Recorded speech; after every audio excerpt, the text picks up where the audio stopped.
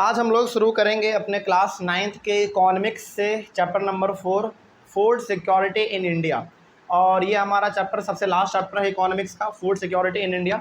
इसके पहले तक हम लोगों ने अपने इकोनॉमिक्स के 3 चैप्टर को कंप्लीट किया। क्या उन तीनों में कहीं पर भी कोई डाउट? चलिए, कोई डाउट नहीं है। तो आज हम लोग अपने इकोनॉमिक्स के चैप्टर नंबर 4 को पढ़ेंगे और इस चैप्टर को भी ख़त्म कर देंगे। ठीक है, देखिए सबसे पहला ना, इस चैप्टर का नाम तो बड़ा ना बहुत इंपॉर्टेंट है, फूड सिक्योरिटी इन इंडिया। पहला यहाँ पे आपको ये समझना पड़ेगा सबसे पहले कि आखिर फूड सिक्योरिटी का मतलब होता क्या है ना। चलिए, तो इसी के साथ हम लोग अपने चैप्टर को शुरुआत करते हैं। पहला ही टॉपिक है आपके बुक में, what is food security. Food security का मतलब पहला है क्या, इसके मतलब को पहले समझेंगे। देखिए, food security means availability, accessibility and affordability of food to all people at all times. तो फूड सिक्योरिटी का सिंपल सा मतलब है कि भोजन का यानी कि फूड का अवेलेबल होना, हर कोई उसको एक्सेस कर सके मतलब कि वो उसको जाके खरीद सके। ठीक है, एक्सेस मतलब कि उसके पहुंच तक हो, जहाँ पे वो रहता है उस मोहल्ले में वो हो।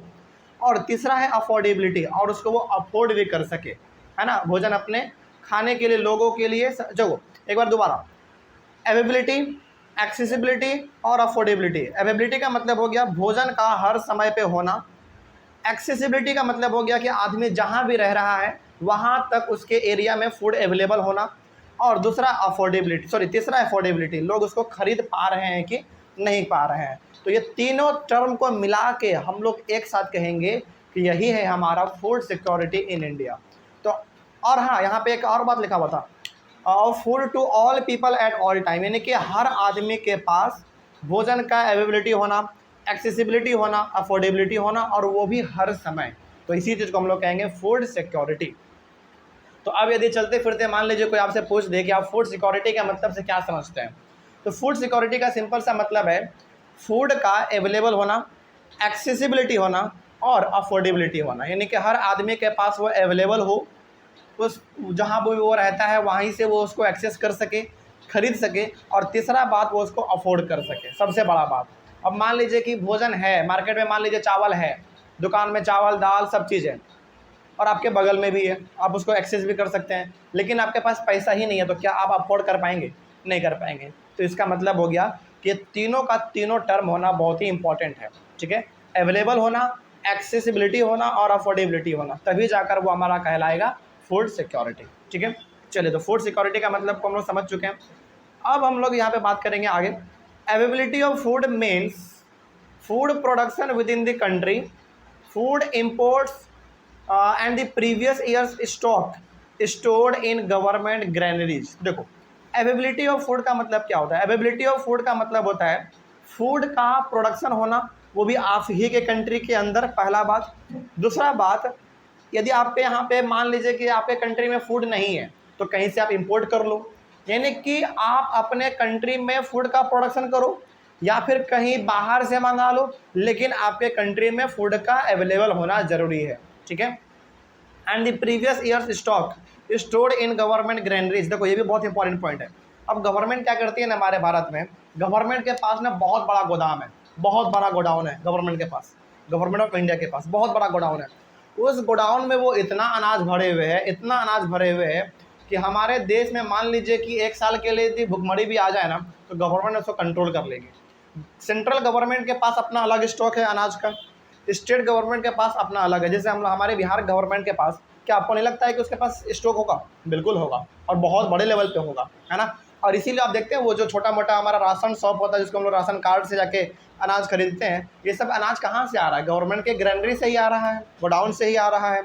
तो और चूँकि हम लोग तो इंडिया में हैं, तो सबसे बड़ा बेनिफिट ये है कि हमारा देश कृषि प्रधान देश रहा है, और आज भी हम लोग अपने इंडिया से अलग अलग कंट्री में बहुत बड़े लेवल पे एक्सपोर्ट करते हैं, मतलब कि दूसरे को देते हैं हम लोग।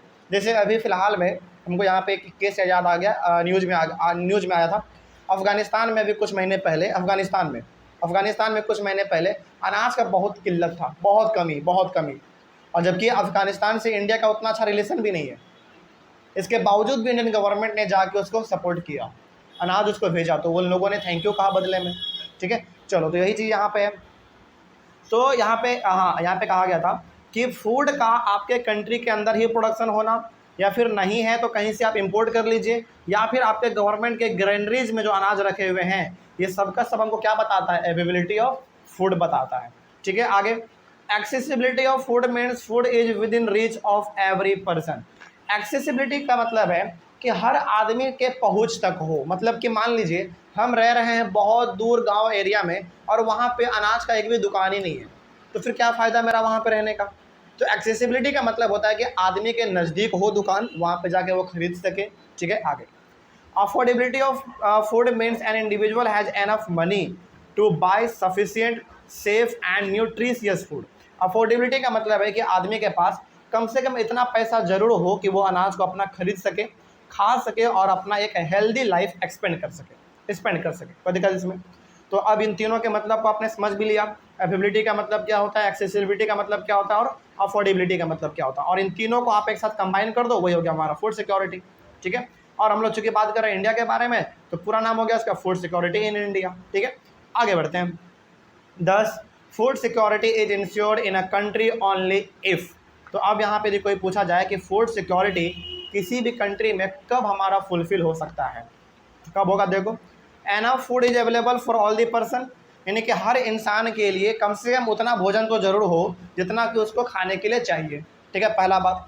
दूसरा बात, there is no barrier on access to food, किसी प्रकार का कोई बाधा ना हो। जैसे मान लीजिए कि हमको ना 10 किलोमीटर पैदल जाके अनाज को खरीद के लेके आना पड़ रहा है, घर फिर बना रहे हैं, तो क्या फिर फ़ायदा भाई? वैसे देश में रहने से फिर क्या फ़ायदा? लेकिन आज हमारे भारत में ऐसा कोई जगह बचा नहीं है जहाँ पे आप रह रहे हैं और वहाँ पे कोई दुकान ही ना हो। बिल्कुल दुकान है हमारा, वहाँ से हम लोग इसको एक्सेस कर सकते हैं। उसी प्रकार से all person have the capacity to buy food. Capacity का मतलब है उसके पास पैसा होना चाहिए। ठीक है, तो जिस कंट्री में ये तीनों का तीनों हमारा फुलफिल होगा, इसका मतलब उस कंट्री में फूड सिक्योरिटी है। ठीक है, यानी कि भोजन का उस कंट्री में होना, हर आदमी के एक्सेस तक होना जाके उसको वो खरीद पा रहा है, और तीसरा हर आदमी के पास अवेलेबल बैलेंस होना, पैसा होना, ताकि वो जाके उसको खरीद सके, तभी हम कहेंगे कि उस पर्टिकुलर कंट्री में फूड सिक्योरिटी है। ठीक है, कोई डाउट है इसमें? चलिए, तो ये हो गया हमारा फूड सिक्योरिटी, पहला वाला topic complete, what is food security. उसके बाद है हमारा टॉपिक व्हाई फूड सिक्योरिटी। चलो, इसको तो हम थोड़ा सा हम लोग अपने अगले वाले क्लास में करते हैं, नहीं तो फिर क्लास थोड़ा सा ज़्यादा बड़ा हो जाएगा। Thank you. आज का टॉपिक है व्हाई फूड सिक्योरिटी। पिछले वाले क्लास में हम लोगों ने पढ़ा व्हाट इज फूड सिक्योरिटी, मतलब कि फूड सिक्योरिटी क्या है, ये आपने समझ लिया। फूड का अवेलेबल होना, एक्सेस होना और अफोर्डेबिलिटी होना, यही हमारा कहलाएगा फूड सिक्योरिटी। लेकिन फूड सिक्योरिटी क्यों चाहिए हम लोगों को? आखिर हम लोगों को भोजन का अवेलेबल होना, एक्सेस होना, अफोर्डेबिलिटी होना, ये क्यों चाहिए हम लोगों को? क्यों फूड सिक्योरिटी चाहिए, इसी के बारे में हम लोग पढ़ेंगे। देखिए, due to a natural calamity like drought, total production of food grains decreases. देखिए, मान लीजिए सपोज कीजिए कि आपके यहाँ पे ना ड्राउट हो गया। ड्राउट का मतलब हो गया, ड्राउट का मतलब एकदम पूरा सूखापन, और सूखापन इस कदर है कि आप उसके ऊपर आप खेती ही नहीं कर पा रहे, यानी कि एक तरीके से आपके कंट्री में भुखमरी वाला जो सिचुएशन है वो क्रिएट हो चुका है। ठीक है, अब इस सिचुएशन में क्या होगा, पूरा का पूरा फूड प्रोडक्शन जो है वो डाउन हो जाएगा, फूड वहाँ पे हमारा उपज ही नहीं पाएगा, पहला बात। आगे, it creates a shortage of food in the affected area, और जहाँ पे सूखाड़ी आया है, जहाँ पे पूरी तरीके से सूखापन आया है, वहाँ पे तो फूड का पूरा बैलेंस ही बिगड़ जाएगा, यानी कि वहाँ पे फूड का शॉर्टेज हो जाएगा। आगे, due to shortage of food the prices go up. अब देखिए, अब मान लीजिए कि कोई ऐसा एरिया है जहाँ पे कि ना बरसात हो ही नहीं रहा है और बगल में नदी नाला भी कुछ नहीं है, तालाब वलाब कुछ भी नहीं है, तो क्या वहाँ पे खेती कभी हो पाएगा? कभी खेती नहीं हो सकता वहाँ पे। और जब वहाँ पे खेती नहीं हो पाएगा तो ऑब्वियस ही बात है, वहाँ के मार्केट में जो भी अनाज बचे हुए रहेंगे उसका प्राइस ऑटोमेटिकली बढ़ जाएगा। क्यों बढ़ जाएगा? क्योंकि हमने आपको एक बार बताया था, जब मार्केट में अनाज बहुत कम हो और डिमांड बहुत ज़्यादा हो, खरीदना है भाई, हमको खरीदना है, इस तरीके से। जैसे मान लीजिए सपोज कीजिए कि हमारे पटना में ना पूरे पटना मार्केट से चावल ही ख़त्म हो जाए और 2-4 दुकान ही ऐसा है जिसमें कि केवल चावल बच रहा है, तो ऑब्वियस ये बात है, वो दुकानदारी का ना मनमानी चालू हो जाएगा। वो कहेगा ना, देखो मेरे पास इतना ही चावल है और हम 1 केजी 300 रुपये में देंगे, लेना है तो लो, नहीं तो फिर साइड हटो। वहाँ पे उसका मनमानी चालू हो गया। तो यहाँ पे आदमी क्या चाहेगा कि भाई जिंदा रहना है तो ले लो यार, 300 रुपये में देना है तो यहाँ पे जब डिमांड बहुत ज़्यादा होता है किसी चीज़ का और सामान बहुत कम हो, तो उस समय पे ऑटोमेटिकली हमारा प्राइस बढ़ जाता है। तो वही बात यहाँ पे कहा गया है कि जब उस एरिया में, किसी पर्टिकुलर एरिया में सुखाड़ी आ जाएगा, सूखापन आ जाएगा, वहाँ पे अनाज का कमी हो जाएगा, तो ऑब्वियस सी बात है वहाँ पे अनाज का प्राइस बढ़ जाएगा। ठीक है, आगे at high prices some people can not afford to buy food. Obvious सी बात है इतना प्राइस बढ़ जाएगा वहाँ पे, तो कुछ लोग जो है ना, जो गरीब लोग हैं बेसिकली, वो तो अफोर्ड नहीं कर पाएंगे। If such calamity happens in a very wide spread area or is stretch over a longer time period it may cause a situation of starvation. और मान लीजिए यदि यही सिचुएशन एक छोटे से एरिया में नहीं होके बल्कि बहुत बड़े एरिया में हो रहा है, अनाज का वहाँ पे प्रोडक्शन ही नहीं हो रहा है, और अनाज जो भी वहाँ पे अवेलेबल है दुकानों में, उसका प्राइस ऑटोमेटिकली बढ़ता जा रहा है, बढ़ता जा रहा है, तो इस सिचुएशन में एक सिचुएशन हमारा क्रिएट हो जाएगा, उसको हम लोग कहते हैं स्टारवेशन। स्टारवेशन का मतलब होता है एक ऐसा सिचुएशन जहाँ पे आदमी भोजन के कमी के वजह से मरने शुरू हो जाए, यानी कि भूख के कारण, उसी को हम लोग कहते हैं starvation. A massive starvation might take a turn of famine. और मैसिव स्टारवेशन का मतलब है जब बड़े लेवल पे लोगों को भोजन ना मिलने लगे, प्राइस उसका इंक्रीज हो जाए, तो वही सिचुएशन हमारा किस में क्रिएट हो जाता है, फैमिन में। और फैमिन का मतलब होता है भुखमरी, यानी कि आदमी भूख से मर जा रहे हैं, उसको खाने को अनाज नहीं मिल पा रहा है। The most devastating famine that occurred in India was the famine of Bengal in 1943। देखो फैमिन ऑफ बंगाल को ना कैपिटल वर्ड में लिखा गया है, इसका मतलब ये बहुत इंपॉर्टेंट है। यानी कि भारत का इतिहास जब से आप उठा लो तब से लेकर आज तक भारत में सबसे बड़ा भुखमरी यदि कहीं पे आया तो वो बंगाल में आया था। कब? 1943 में। उसमें क्या हुआ था देखो, this famine killed 30 lakh people in Bengal. सोचो, यानी कि 1943 में हमारा देश आज़ाद कब हुआ? 1947 में, यानी कि उसके जस्ट 4 साल पहले, यानी कि हमारा देश आज़ाद होने से 4 साल पहले बंगाल में 30 लाख यानी कि 30 लाख लोग केवल और केवल भूख से मरे थे। सोचो, ये डाटा बहुत बड़ा है। और हमारा देश जब आज़ाद हुआ ना, उस समय पे हमारे भारत का पॉपुलेशन लगभग 40 करोड़ था, बस 40 करोड़। और उस 40 करोड़ में 30 लाख लोग केवल और केवल बंगाल में मारे जा रहे हैं भूख के वजह से। तो ये उस समय पे बहुत बड़ा डाटा था। और उस समय से लेकर आज तक के हमारे भारत के इतिहास में इतना बड़ा भुखमरी आज तक नहीं आया है। ठीक है, उसके बाद nothing like the Bengal famine has happened in India again. तो बंगाल का जो वहाँ पे सिचुएशन हुआ, जो भुखमरी से लोग मरे, उस प्रकार का सिचुएशन आज तक हमारे भारत में दोबारा नहीं हो पाया, कभी नहीं हो पाया, क्योंकि आज हम लोग बहुत आगे बढ़ चुके हैं, तरक्की कर चुके हैं। तो हमारे पास तो ऐसे ही स्टॉक में साल 2 साल भर का अनाज ऐसे पड़ा हुआ है ना। आगे, starvation deaths are also reported in Kalahandi and Kashipur in Odisha. और यहाँ पे स्टारवेशन के वजह से, यानी कि भूख के कमी के वजह से, अनाज ना मिल पाने की वजह से ओडिशा में भी थोड़ा बहुत भुखमरी आया था। लेकिन ओडिशा में जो भुखमरी आया था ना, वो बंगाल से बहुत कम था, बहुत कम। ओडिशा में 2 जगह का यहाँ पे बात कहा गया है, कलहांदी और काशीपुर, ये ओडिशा में पड़ता है। उसी प्रकार से बैरन डिस्ट्रिक्ट ऑफ राजस्थान, राजस्थान में एक जिला पड़ता है, उसका नाम है बैरन, वहाँ पे भी हुआ था। और पलामू डिस्ट्रिक्ट ऑफ झारखंड, झारखंड में भी एक हमारा जिला पड़ता है, डिस्ट्रिक्ट है, उसका नाम है पलामू।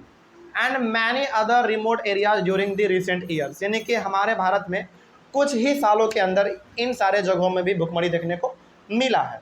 भुखमरी देखने को मिला है, इसका मतलब यहाँ पे ये हो गया कि यहाँ पे उतने बड़े लेवल पे लोग मारे नहीं गए होंगे जिस प्रकार से बंगाल में मारे गए थे। ठीक है, यहाँ पे भी आया है लेकिन उतना भयंकर नहीं। Therefore, food security is needed to ensure food at all time। अच्छा, याद कीजिए हमारा टॉपिक क्या था, वाई फूड सिक्योरिटी, यानी कि फूड सिक्योरिटी जरूरी क्यों है? जरूरी इसलिए है ताकि स्टारवेशन जैसा सिचुएशन क्रिएट ना हो जाए, यानी कि लोग भूख के वजह से ना मरने लगे, इसके लिए फूड सिक्योरिटी होना जरूरी है। तो किसी भी कंट्री में फूड का अवेलेबल होना हर जगह पर और हर आदमी के लिए और हर समय अवेलेबल होना, आदमी उसको एक्सेस कर पा रहा है, उसको अफोर्ड कर पा रहा है, तभी जाकर हम कह सकते हैं कि फूड सिक्योरिटी हमारे लिए ज़रूरी है। तो अब यदि कोई पूछ दे कि बताओ भारत जैसे देश में खास करके फूड सिक्योरिटी क्यों ज़रूरी है? इसलिए ज़रूरी है क्योंकि स्टारवेशन जैसे सिचुएशन को रोका जा सके, फैमिन जैसे सिचुएशन को रोका जा सके, लोग लाखों लाखों की संख्या में ना मारे जाएं भूख के वजह से, इसलिए फूड सिक्योरिटी ज़रूरी है।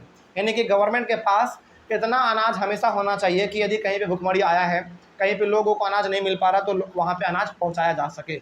इसीलिए भारत जैसे देशों में फूड सिक्योरिटी होना बहुत ही ज़रूरी है, कोई दिक्कत नहीं इसमें। और यदि थोड़ा सा इसको और सुंदर तरीके से आप लिखना चाहेंगे एग्जाम में, तो फिर आप बंगाल का एग्जाम्पल दे दीजिएगा। है ना। चलिए अब आगे बढ़ते हैं फिर, ये भी टॉपिक हमारा कंप्लीट हो गया। अगले वाले क्लास में हम लोग कवर करेंगे हु आर फूड इनसिक्योर। चलिए मिलते हैं अगले वाले क्लास में। Thank you very much. आज का टॉपिक है हमारा हु आर फूड इनसिक्योर। इस टॉपिक का मतलब है कि आखिर वो कौन है जिसको कि फूड नहीं मिल पा रहा है। हु आर फूड इनसिक्योर का मतलब क्या हुआ? सिंपल सा मतलब है कि आखिर हमारे भारत में वो कौन से ऐसे लोग हैं जिनको कि फूड सिक्योरिटी नहीं है, मतलब कि उनके पास फूड अवेलेबल भी नहीं है, एक्सेस भी नहीं है, अफोर्ड भी नहीं कर पा रहे हैं। तो वो कौन लोग हैं, ये क्वेश्चन पूछा जा रहा है। चलिए जवाब देने की कोशिश करते हैं। लिखा गया है a large section of people suffers from food and nutrition insecurity in India. हमारे भारत में आज भी ऐसे बहुत बड़ा पॉपुलेशन है। हमारे भारत में आज भी ऐसे बहुत से लोग हैं जिनके पास खाने के लिए ना 2 वक्त की रोटी भी नहीं नसीब है। ऐसे भी हमारे भारत में बहुत लोग हैं, है ना। हम लोग कहते हैं कि भारत हमारा देश डेवलप कर रहा है, बिल्कुल डेवलप कर रहा है, इसमें कोई शक वाली बात नहीं है। लेकिन आज भी हमारे भारत में से बहुत से लोग हैं जिनको 2 वक्त का रोटी ना ढंग से नहीं मिल पा रहा है, मतलब कि 24 घंटे में वो 2 वक्त भी भर पेट खाना नहीं खा पा रहा है। मान लीजिए खाना यदि खा भी रहा है तो फिर कम खा रहा है, बेचारे के पास होगा ही नहीं। ठीक है, खैर आगे बढ़ते हैं। The worst affected groups are landless people with little or no land to depend upon.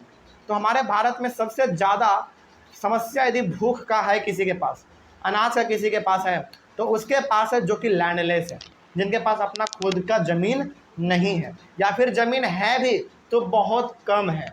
तो अब ज़रा सोचिए, मान लीजिए कि एक परिवार है, उस परिवार में 10 लोग रहते हैं और उनके पास मुश्किल से मुश्किल 1 बीघा ज़मीन है बस, मान लीजिए। तो 1 बीघे ज़मीन पे आप खेती करके 10 लोगों को क्या साल भर आप खिला देंगे? नहीं खिला पाएंगे, संभव ही नहीं है ना, संभव ही नहीं है। इसीलिए हमारे भारत में सबसे ज़्यादा जो भोजन का समस्या किसी को है तो वो लैंडलेस लोगों को है, जिसके पास ज़मीन नहीं है, और यदि ज़मीन है भी तो बहुत कम है, तो उनको भोजन का समस्या बहुत ही ज़्यादा है।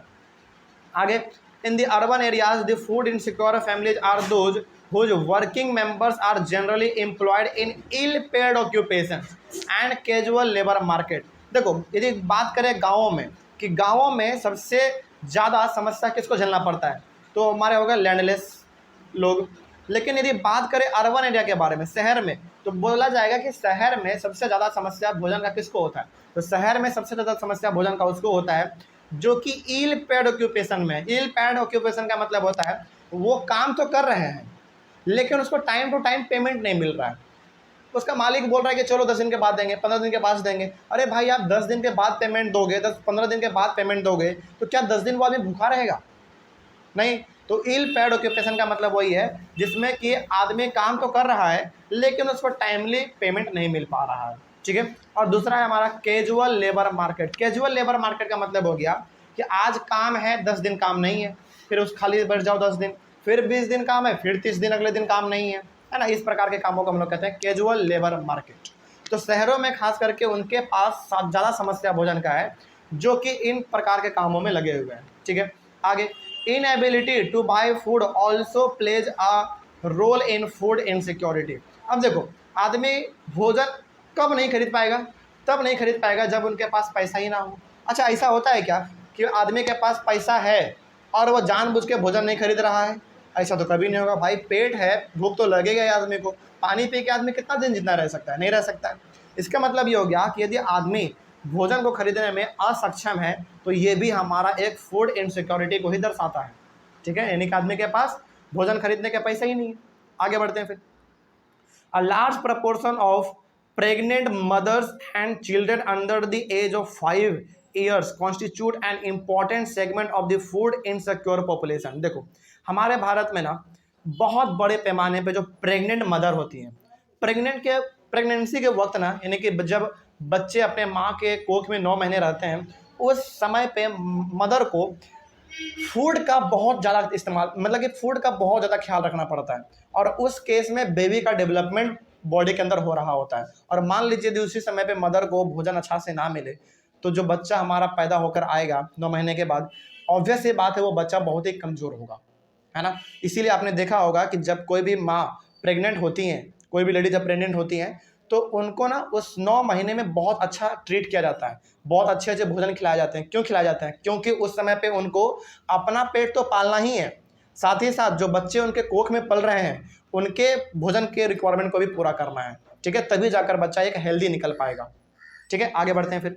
तो वही बात यहाँ पे कहा गया था कि भारत जैसे देश में आज भी प्रेग्नेंट मदर और वो बच्चे जो कि 5 साल से नीचे के हैं उनको भोजन की समस्या बहुत ही ज़्यादा भारत में है, ठीक है। मतलब कि उनको ना बेसिकली उनके पास फूड सिक्योरिटी ही नहीं है, उनके पास फूड अवेलेबल ही नहीं, ठीक है। आगे उसके बाद the states like Uttar Pradesh, Bihar, Jharkhand, Orissa, West Bengal, Chhattisgarh, Madhya Pradesh and Maharashtra account for the largest number of food insecure people in the country. यानी कि ये इंडिया के कुछ ऐसे स्टेट हैं जहाँ पे फूड इनसिक्योरिटी बहुत ज़्यादा है, मतलब कि फूड सिक्योरिटी यहाँ पे बहुत ही कम है, ठीक है। आगे फिर hunger is another aspect of food insecurity. Hunger, यहाँ हंगर का मतलब क्या होता है? भूख, है ना। और भूख आदमी को लगा हुआ है मान लीजिए, उसके बावजूद भी यदि वो फूड को अफोर्ड नहीं कर पा रहा है, इसका मतलब वो भी फूड इनसिक्योरिटी को दर्शा रहा है। नहीं अफोर्ड कर पा रहा है, इसका सिंपल सा मतलब है उसके पास अफोर्डेबिलिटी ही नहीं है ना, तो वो खरीद भी नहीं पाएगा। तो ये भी हमारा एक फूड इनसिक्योरिटी का एग्जाम्पल हो गया hunger. Hunger has chronic and seasonal dimensions. अब हंगर को यहाँ पे हम लोगों ने दो अलग अलग कैटेगरी में बांट लिया है। पहला कैटेगरी हमारा हंगर में क्रॉनिक हंगर और दूसरा हमारा है सीजनल हंगर। इसका मतलब क्या होता है? देखो, क्रॉनिक हंगर का मतलब है chronic hunger is a consequence of इनएडिक्वेट diet in terms of quantity and quality. Chronic hunger का मतलब है यदि आप सही मात्रा में भोजन इस्तेमाल नहीं कर पा रहे हो अच्छे क्वालिटी का और अच्छे क्वांटिटी में, तो वो हमारा कहलाएगा क्रॉनिक हंगर। जैसे मान लीजिए, सपोज कीजिए कि हमको ना भूख लगा हुआ है और हमको चाहिए मान लीजिए 10 रोटी। 10 रोटी हमको मिल नहीं पा रहा है, यानी कि क्वांटिटी क्या हो गया? कम हो गया। और वो जो 10 रोटी मिल रहा है ना, उसका क्वालिटी भी बहुत ख़राब है, 2 दिन पुराना रोटी है। इट मीन्स ये हमारा हो गया क्रॉनिक हंगर। तो क्रॉनिक हंगर का सीधा सा मतलब है इंसान को जब डाइट इनएडिक्वेट मिले, यानी कि सही मात्रा में ना मिले, और जो मात्रा में मिल भी रहा है उसका क्वालिटी और क्वांटिटी क्या है? खराब है, तो फिर वो हम उसको कहेंगे क्रॉनिक हंगर। अब poor people suffer from chronic hunger because of their very low income. अब देखो, आदमी क्या करता है ना, जो गरीब लोग होते हैं उनके पास पहला बात तो खाने के लिए उतने पैसे नहीं होते हैं कि डेली वो खाना बना सके। तो वो क्या करते हैं, मान लीजिए कि रात का खाना बचा हुआ है या फिर एक दिन पुराना खाना बचा हुआ है, तो उसको वो वेस्ट नहीं करते हैं, उसी को गर्म करके या फिर उन्हीं को दोबारा फ्राई करके खा लेते हैं। तो ये हो गया हमारा क्रॉनिक हंगर का एग्जाम्पल, ठीक है। आगे सीजनल हंगर क्या होता है? देखो, seasonal hunger is related to cycles of food growing and harvesting. Seasonal hunger का सिंपल सा मतलब यहाँ पे है कि फूड लगाना, यानी कि खेतों में अनाज का लगाना, अनाज लगाने से लेकर अनाज को काटने तक कितना लंबा पीरियड होता है, इसी को हम लोग कहते हैं सीजनल हंगर। और सपोज कीजिए, मान लीजिए किसी आदमी के पास ना जमीन तो है लेकिन उसके घर में अनाज खाने के लिए है ही नहीं। अब वो क्या करेगा? अनाज लगाएगा, उसको पकने देगा, फिर हार्वेस्ट करेगा, थ्रेसिंग करेगा, उसके बाद फिर खाएगा। तो कितना लंबा समय उनको गैप करना पड़ा, रुकना पड़ा। ऑब्वियस ही बात है, इस गैप में वो भूखे तो नहीं रहेंगे, कहीं ना कहीं मांग चांग के वो काम तो चला लेंगे, लेकिन उनको भूखा तो रहना पड़ा ना। इसी को हम लोग कहेंगे सीजनल हंगर। तो सीजनल हंगर का सिंपल सा मतलब है कि भोजन, यानी कि खेतों में अनाज को लगाने से लेकर अनाज को काटने तक टाइम पीरियड थोड़ा सा लंबा होता है, इसी को हम लोग कहते हैं सीजनल हंगर। आगे the percentage of seasonal as well as chronic hunger has declined in India. लेकिन कुछ सालों के अंदर हमारे भारत में ऐसा देखा गया है कि चाहे वो क्रॉनिक हंगर हो या फिर सीजनल हंगर हो, इसमें थोड़ा बहुत गिरावट आया है, यानी कि हमारा भारत थोड़ा सा इंप्रूव तो किया है, ठीक है। इसके बाद India is aiming at self sufficiency in food grains since independence. देखो, जब से हमारा देश आज़ाद हुआ ना, उसके बाद इंडियन गवर्नमेंट ने ये सोचा कि हम लोगों को अनाज के लिए खास करके किसी दूसरे कंट्री पर निर्भर नहीं होना है, ठीक है। इसका मतलब ये हो गया कि जब हमारा देश आज़ाद नहीं हुआ था उस समय पे हम लोग अपने कंट्री में अनाज पूरा करने के लिए लोगों को बाहर से भी अनाज मंगवाते थे। ये हकीकत है। हमारा देश कृषि प्रधान देश रहा है, इसमें कोई शक नहीं है। हम लोग हमेशा एग्रीकल्चर में आगे रहे हैं, लेकिन जैसे जैसे हमारा एग्रीकल्चर इंप्रूव हुआ, जैसे जैसे हमारा पॉपुलेशन इंक्रीज हुआ, वैसे वैसे हमारा एग्रीकल्चर भी इंप्रूव नहीं हुआ। इसका मतलब हो गया कि भारत में पॉपुलेशन तो लगातार बढ़ रहा था लेकिन प्रोडक्शन नहीं बढ़ रहा था, तो इसके लिए हम लोगों ने बाकी दूसरे कंट्री से अनाज मंगाना शुरू कर लिया। लेकिन जब हमारा देश आज़ाद हो गया तो हम लोग अंग्रेजों से छुटकारा पा चुके थे, हमारे ऊपर कोई रूल करने वाला था नहीं, यानी कि हम लोग पूरा का पूरा फ्री थे, किसी को टैक्स देना नहीं था, किसी के दबाव में रहना नहीं था। तो हम लोगों ने क्या किया, इंडियन गवर्नमेंट ने ये सोचा कि फूड के मामले में खास करके तो इंडिया किसी पर डिपेंड नहीं होगा, यानी कि फूड के मामले में इंडिया किसी के ऊपर डिपेंड नहीं होगा, बल्कि हम दूसरे को अनाज प्रोवाइड करेंगे। और उसी समय से हमारे भारत में, उसी के लगभग 10-12 साल के बाद हमारे भारत में ग्रीन रिवॉल्यूशन लाया गया, जिसमें कि HYB सीड्स, थ्रेसर, जनरेटर, इन सभी का इस्तेमाल किया गया। तो उस समय से हमारा भारत थोड़ा सा और ज़्यादा इम्प्रूव हो गया। और हाँ, आज रिजल्ट ये है कि आज हम लोग इंडिया से लगभग अलग अलग कंट्री को अनाज प्रोवाइड करते हैं, ये बहुत अच्छी बात है हम लोगों के लिए। आगे बढ़ते हैं फिर। India adopted a new strategy in agriculture which resulted in the green revolution, वही बात जो हमने कहा आपको, specially in the production of wheat and rice. तो जब हमारा देश आज़ाद हुआ उसके लगभग जस्ट 10-12 साल के बाद, हाँ लगभग अप्रॉक्स 10-12 साल के बाद आप मान लीजिए, उस समय हमारे इंडियन गवर्नमेंट ने लाया ग्रीन रेवोल्यूशन। और ग्रीन रेवोल्यूशन में बेसिकली वही है, HYB सीड्स का इस्तेमाल करना, फर्टिलाइजर का, केमिकल का, जनरेटर का, थ्रेसर का, इन सभी का इस्तेमाल करना। हाँ, यानी कि कम जमीन पे ज़्यादा से ज़्यादा अनाज का प्रोडक्शन हो जाए, इसीलिए हम लोग उसको ग्रीन रेवोल्यूशन लेकर आए। और यहाँ पे इंडियन गवर्नमेंट ने बहुत अच्छा रिजल्ट भी दिखाया, ठीक है। और ग्रीन रेवोल्यूशन बेसिकली ना व्हीट और राइस के लिए लाया गया था, यानी कि गेहूं और चावल के लिए। और यही दो वो चीज़ तो है जो कि भारत में सबसे ज़्यादा इस्तेमाल होता है, या तो लोग रोटी खाते हैं या तो लोग चावल खाते हैं, है ना। चलिए फिर आगे बढ़ते हैं। The highest rate of growth has been achieved in Uttar Pradesh and Punjab, where food grain production reached an all time high of 78.9 million tons in 2012-13।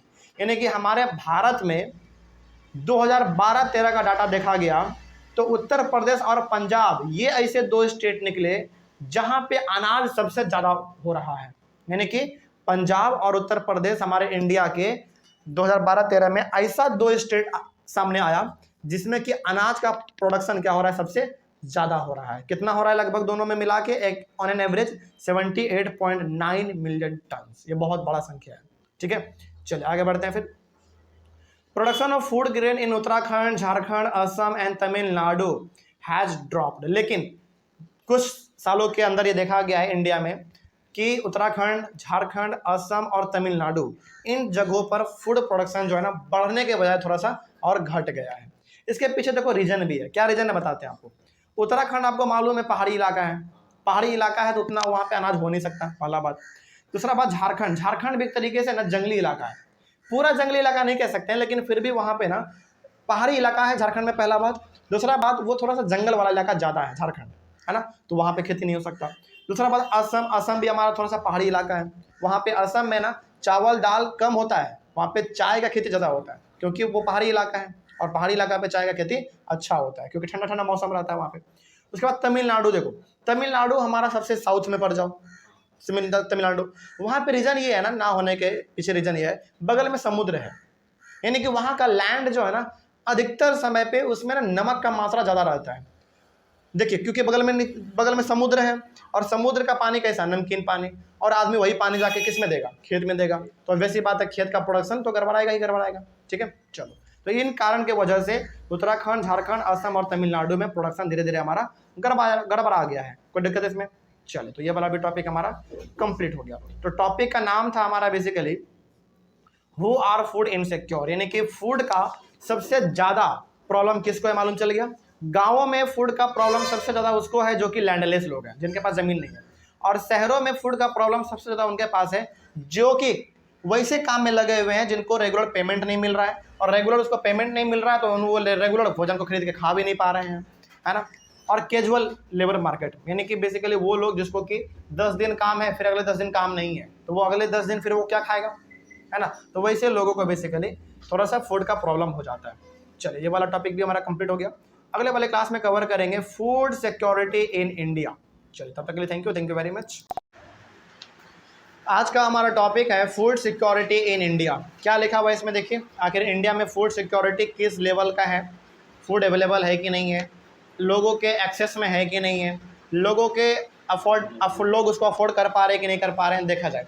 लिखा गया है due to the advent of the green revolution the country has avoided famine even during adverse weather condition, यानी कि जब से हमारे भारत में green revolution आया है तब से लेकर आज तक भारत में कितना से कितना ख़राब सिचुएशन ही क्यों ना आ गया हो, हम लोगों को कभी भी अनाज का कमी नहीं हुआ।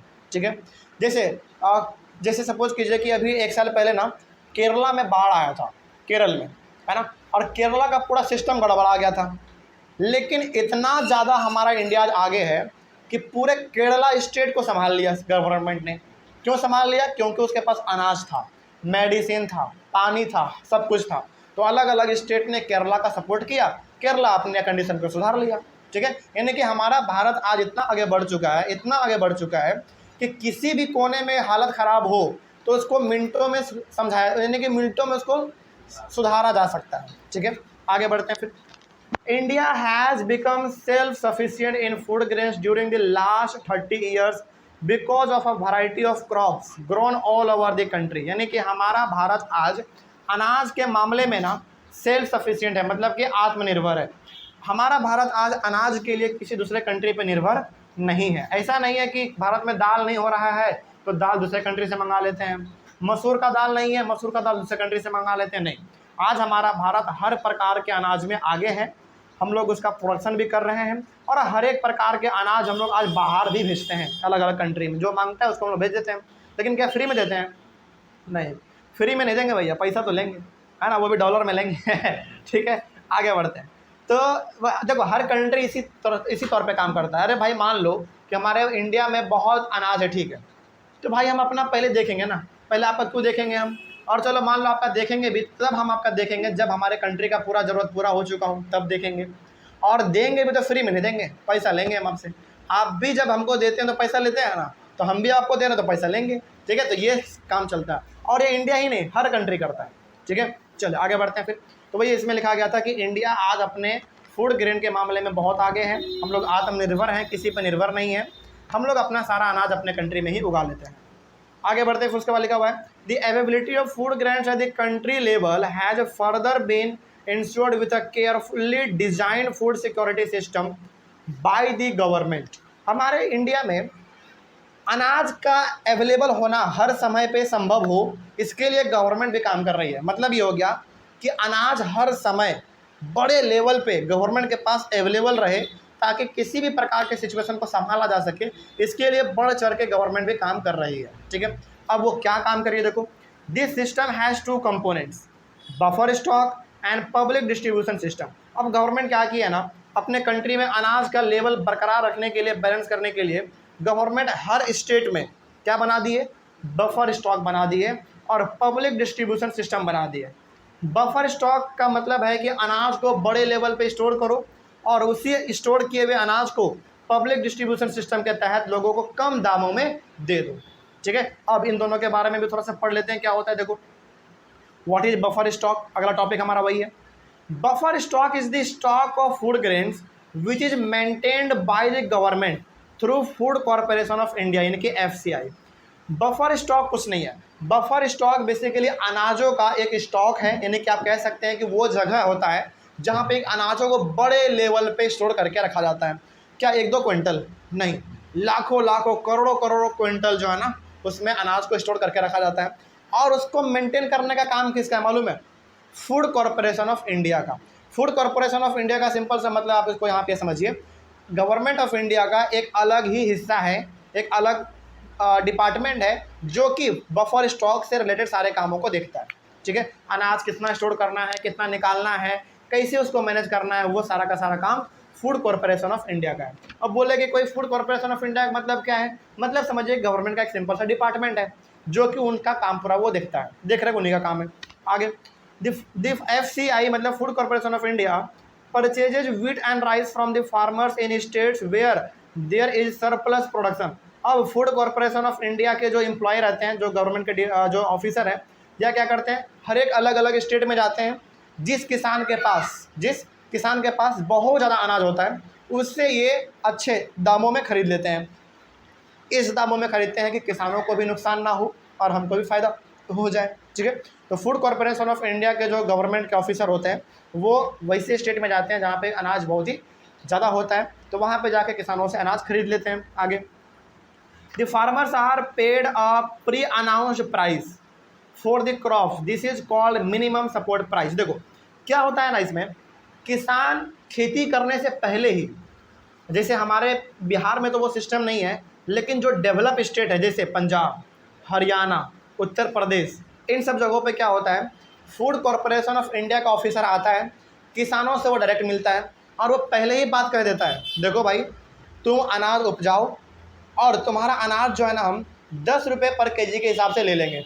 एक बार प्रॉमिस कर दिया गवर्नमेंट ने कि हम आपके अनाजों को 10 रुपये पर केजी के हिसाब से खरीदेंगे। चलो मान लो उत्तर प्रदेश में ना किसानों ने गेहूँ उपजाया, गेहूँ उन्होंने उपजा लिया, और जब किसान गेहूँ उपजा रहा था ना, तो गवर्नमेंट ने आके कहा उनको कि हम आपका गेहूँ 10 रुपये पर केजी के हिसाब से खरीदेंगे।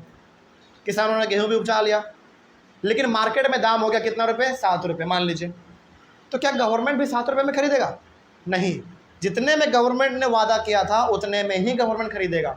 इसी को हम लोग कहते हैं प्री अनाउंस्ड प्राइस, और इसका सिंपल सा मतलब आप उसको और ऐसे कह सकते हैं इकोनॉमिक्स के टर्म में मिनिमम सपोर्ट प्राइस, यानी कि एमएसपी। तो एमएसपी का सिंपल सा मतलब होता है कि जब किसान खेती करने वाला होता है तो खेती करने से पहले ही गवर्नमेंट आकर को कह देती है कि हम आपका अनाज इतने में खरीदेंगे, और बाद में जाके अनाज का कितना प्राइस हो रहा है, घट रहा है, बढ़ रहा है, हमको उससे मतलब नहीं है। हमने आपको जितना कह दिया हम उतना में ही अनाज आपका खरीदेंगे, ठीक है। और इसी को हम लोग कहते हैं मिनिमम सपोर्ट प्राइस। और इससे सबसे ज़्यादा बेनिफिट किसानों को होता है, क्योंकि जैसे मान लीजिए किसानों ने बहुत मेहनत से, बहुत लगन से खेती किया, लेकिन 4 महीने के बाद जब फसल कटा तो अनाज का दाम ना मार्केट में बहुत घट गया। तो क्या किसानों को यहाँ पे निराश होने की ज़रूरत है? बिल्कुल भी नहीं, क्योंकि वो अपना अनाज किसको बेच देगा, गवर्नमेंट को दे देगा, क्योंकि उसको मालूम है भाई ये प्रॉमिस करके गया है, और गवर्नमेंट कभी धोखा दे नहीं सकता है ना। और देखो जब भी गवर्नमेंट धोखा देता है ना, तो फिर किसान चुप नहीं बैठता है, पूरा प्रोटेस्ट कर देता है। और किसी भी कंट्री में किसान का प्रोटेस्ट करने का सीधा सा मतलब है अपने ही पेट पे लात मारना। किसान यदि साल भर धरने पे बैठ गया ना, तो सोचो क्या हाल होगा गवर्नमेंट का, एकदम पूरा सिचुएशन गड़बड़ आ जाएगा पूरा, ठीक है। हाँ, जब भी किसान का पास होता है गवर्नमेंट को झुकना पड़ता है।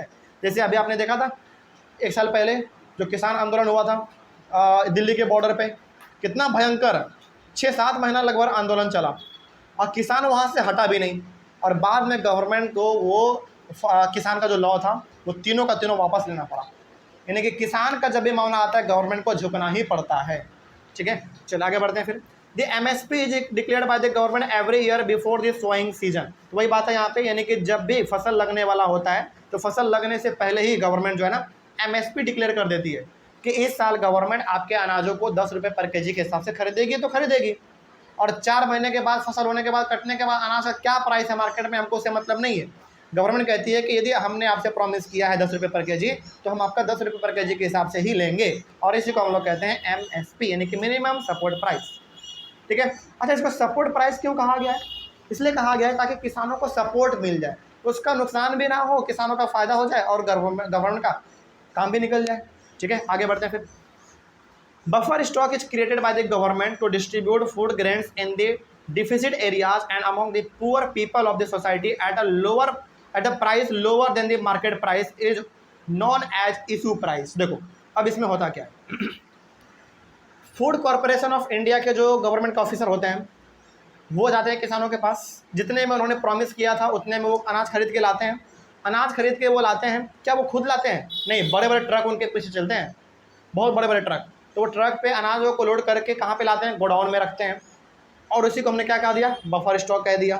अब उसी अनाज को फूड कॉरपोरेशन ऑफ इंडिया वैसे वैसे जगहों पर पहुँचाएगा जहाँ पे अनाज की कमी है, पहला बात। दूसरा बात, जहाँ जहाँ अनाज की कमी है वहाँ पहुँचाएगा। और दूसरा बात, वो अनाजों को ना बहुत ही सस्ते दामों में लोगों को देगा, इतना सस्ते दामों में कि वो हमेशा मार्केट से कम ही होगा।